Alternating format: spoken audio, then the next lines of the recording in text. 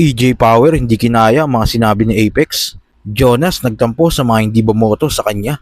At Batas ayaw na din maging kupal. Alamin natin ang mga yan, so tara.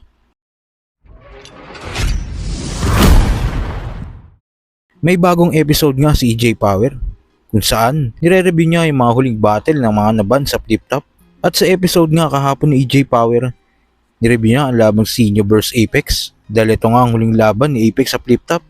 At ang laban nga na ito ang tinuturing. Bakit naban si Apex sa liga?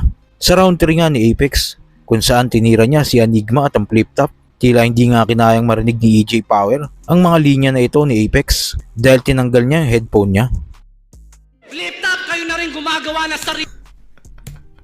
Ayoko i-play. Ayoko i-play. Ito yung dahilan ba't di na natin. Guys, ito yung dahilan ba't di na natin napapanood si Apex ngayon sa Flip Top. Tangin ako may... Kung ano, pwede lang pumasok dito ngayon sa screen or may time travel, may time machine ako para bulungan si Apex bago sumampa sa laban niya. Na, Pex, huwag mo i-spit yung line na yan. Please, huwag mo i-spit. I-skip mo na, panalo ka naman dyan. Magchuchok naman sa round 3 si Sinyo.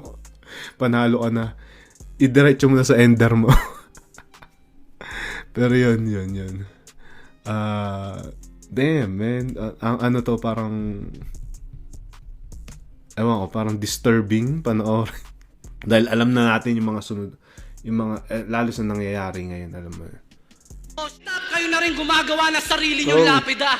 Totoo naman yung mga banat ni Akata. Masakit lang yung pagkakasabi niya. Ngayon parang iba na yung kulay. Wala na paki si Arik sa kultura kasi meron na siyang anak na binubuhay. Kahit ano sabihin niyo, Pex, hindi dahil sa Flip Top, hindi natin mapapanood yung mga ganitong klaseng laban. Kaya bala kayo. Sa kabilang balita naman, naging dikit nga ang naging laban noong Isabuhay 2025 first round ni Jonas at Saint Ice na humantong sa 3-2 ang score. Ang mga bumoto nga kay Saint Ice ay si Bruce, Isa ako sa bumoto kay Ice Rocks, ay kay Saint Ice.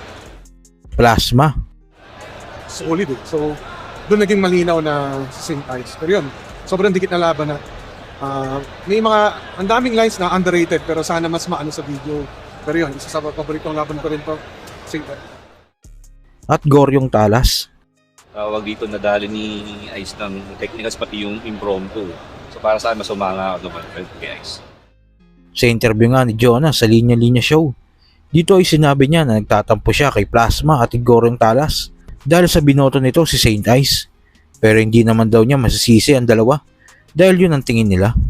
Sa tingin mo, may mga battles ba na naging bias talaga yung mga judges sa'yo? Totoo?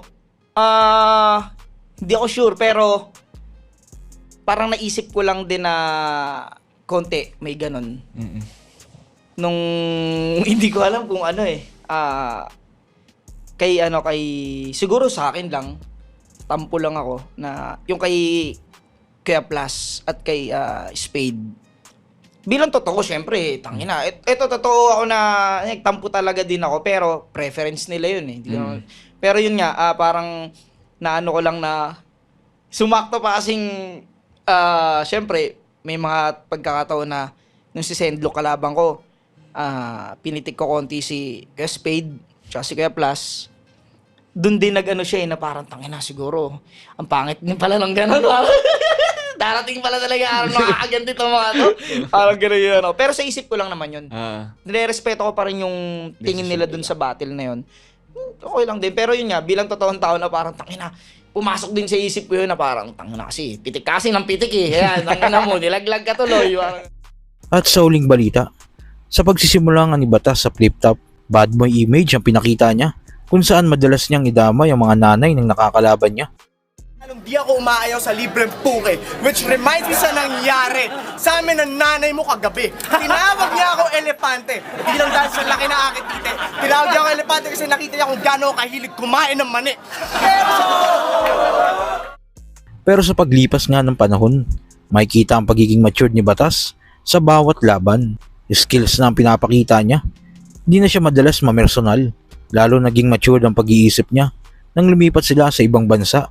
At sinabi niya nga ito nang i-review niya ang labang EJ Power vs Beatroom. Aminado siyang kupal siya at suplado. Nang active pa siya sa pagbabattle. Ngayon daw, ayaw niya nang maging kupal. Kaya daw ayaw niya nang bumattle. Nung nandun ako sa Pilipinas, nung active pa ako sa eksena, kumbaga syempre, isnabero ko na, as in, tanginan yun lahat, di ba? Yun, kupal. O, di ba? Kumbaga sa context na yan, kupal ako pa rin. Lalo na nung battle MC mode ako. Kupal ako na tao nun. Kaya nga hindi na ngayon eh. Siguro tapos na, di ba? Hindi na ako kupal, na ayoko na maging kupal kanya, siguro ayoko nang bumatil. Siguro ganun. So okay ba mga kuis, ano masasabi nyo sa mga sinabi na ito ni Batas? At kung kayo ang tatanungin, talo ba talaga si Jonas sa naging laban niya kay Saint Ice?